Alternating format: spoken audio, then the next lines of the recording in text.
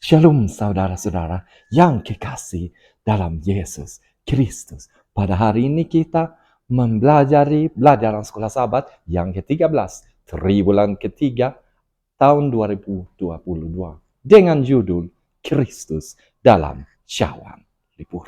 Sebelum kita mulai, mari kita berdoa. Bapa kami dalam kerajaan sorga, pujilah namamu, terima kasih untuk berkat-Mu kepada kami saat ini. Kami siap untuk belajar akan firman-Mu melalui pelajaran sekolah sahabat. Berkati kami, berkati pada seluruh pemirsa dimanapun Anda berada.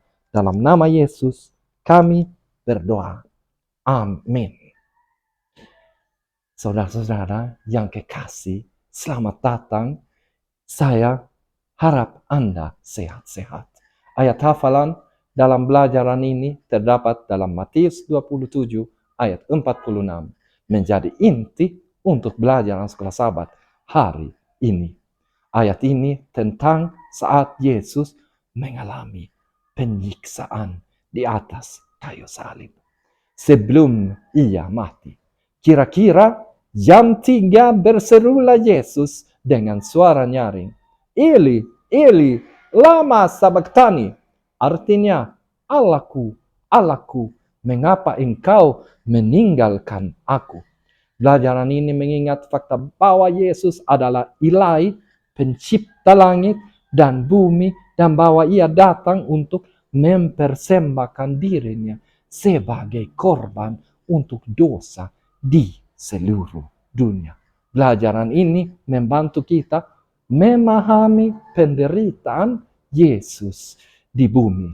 Biasa kehidupan, tindakan, dan ajaran Yesus terus-menerus disalahpahami, menyebabkan penolakan dan kebencian oleh orang-orang yang ia datang untuk diselamatkan. Bayangkan ini.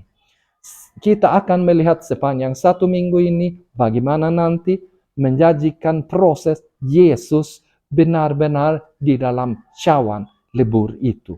Mulai pada hari permulaan kehidupan dia, lalu bagaimana dia berjuang mati-matian ketika dia di Taman Getsemani, dan perjalanan ke Bukit Golgota. Ini cerita tentang bagaimana hidup Yesus dari kecil. Lukas 2 ayat 52. Dan Yesus makin bertambah besar dan bertambah hikmatnya dan besarnya, dan makin dikasih oleh Allah dan manusia. Yerusalem, dasar-dasar kampung kecil yang terletak di daerah Galilea, dan di sanalah Tuhan Yesus tumbuh dan dibesarkan. Dan karena ia berasal dari daerah kecil, yang banyak orang meremehkan dan merendahkan daerah ini, termasuk Yesus itu sendiri. Juga ketika ia pulang kampung dan belajar di rumah ibadat, orang-orang memandangkan sebelah mata.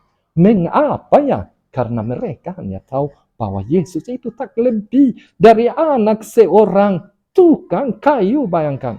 Takjub, terheran-heran mereka, katakan, dari mana diperolehnya hikmat itu dan kuasa untuk mengadakan mujizat-mujizat. Mereka susah percaya itu.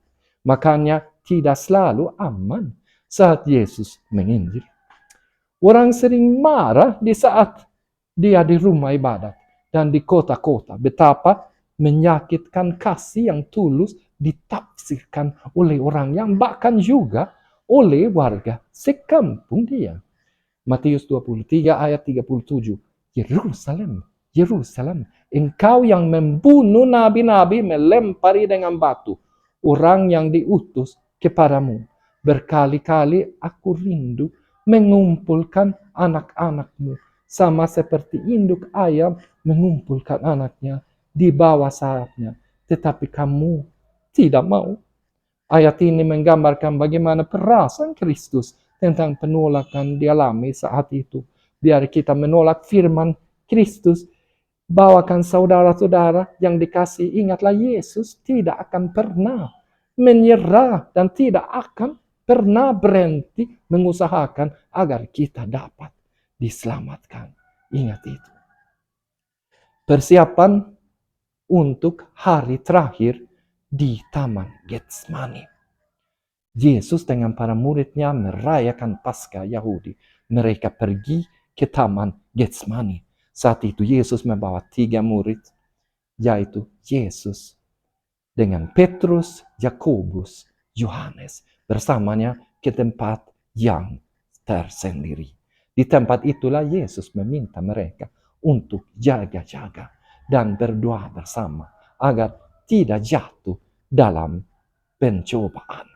Matius 26 ayat 41. Berjaga-jagalah dan berdoalah supaya kamu jangan jatuh dalam pencobaan. Roh memang penurut, tapi daging memang lemah mereka. Sangat lemah. Di hari-hari terakhir menjelang kematiannya, saat Yesus masih sedang berbicara, datanglah Judas bersama rombongan besar yang dibawa pedang untuk tangkap Yesus. Sebagai tanda untuk mereka, Judas cium Yesus dan Yesus ditangkap. Mereka bayar 30 perak kepada Judas untuk ciuman itu. Bayangkan. Apakah Anda sudah pernah jual Yesus? Saat Yesus bawa salib perjalanan ke Bukit Golgota, ia mengalami penyiksaan yang luar biasa karena sudah dicambuk dengan duri besi sepanjang hari. Ia jatuh dan tidak kuat lagi. Saat itu datangnya Simon dari Pirene untuk tolong membawakan salibnya. Puji Tuhan. Apakah Anda sudah siap untuk memikul salib untuk Yesus? Penderitaan besar ini dan penderitaan apa saja yang dihadapi oleh Yesus dalam hidup dengan pengecualian Adam dan Hawa sebelum kejatuhan. Yesus adalah salah satunya orang yang tanpa dosa yang pernah hidup di bumi dalam kemurniannya, dalam tidak keberdosaan bagi Kristus yang jiwanya murni, yang tidak sedikit pun ternoda oleh dosa. Jadi menurut Alkitab, alam murka terhadap dosa. Dosa kami ditanggung oleh Yesus di atas kayu salib. Ada 2 hal yang harus kita ingat, saudara-saudara. Pertama, Yesus Kristus menderita lebih buruk daripada kita alami. Dan ia memikul beban dosa dunia, sedangkan kita menderita sebagai individu. Kemudian yang kedua, ketika kita menderita, kita harus mengingat akan Yesus yang sudah menanggung beban dosa kita. Kisah Para Rasul 13 ayat 39. Dan di dalam dialah setiap orang percaya memperoleh pembebasan dari segala dosa yang tidak dapat kamu peroleh dari hukum Musa. Pelajaran bagi kita pada saat ini adalah mari kita terus mengandalkan Tuhan di dalam hidupan kita. Janganlah kita biarkan mengangkat rendah kuasa Tuhan untuk terjadi di dalam hidupan kita. Ia akan membantu kita di keluar dari zaman lebur kehidupan kita sebagai korban di atas bukit Golgota. Jangan jual Yesus seperti Judas. Kuncinya adalah sebagai pengikut Kristus, kita harus tetap tekun melakukan segala perintahnya yang dipimpin oleh Roh Allah agar kita diselamatkan dan menjadi berkat kasih sayang bagi orang lain seperti Simon kepada Yesus melalui pertolongan untuk memikul kayu salib yang sangat-sangat berat. Haleluya.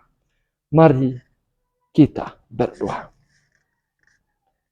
Bapa kami dalam kerajaan surga, terpujilah namamu. Terima kasih untuk berkat-Mu pada kami saat ini. Kami sudah selesai belajar akan firman-Mu melalui belajaran sekolah Sabat.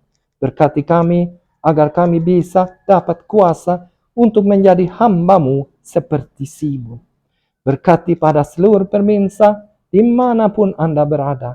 Di dalam nama Yesus Kristus kami berdoa dan mengucapkan syukur. Amin.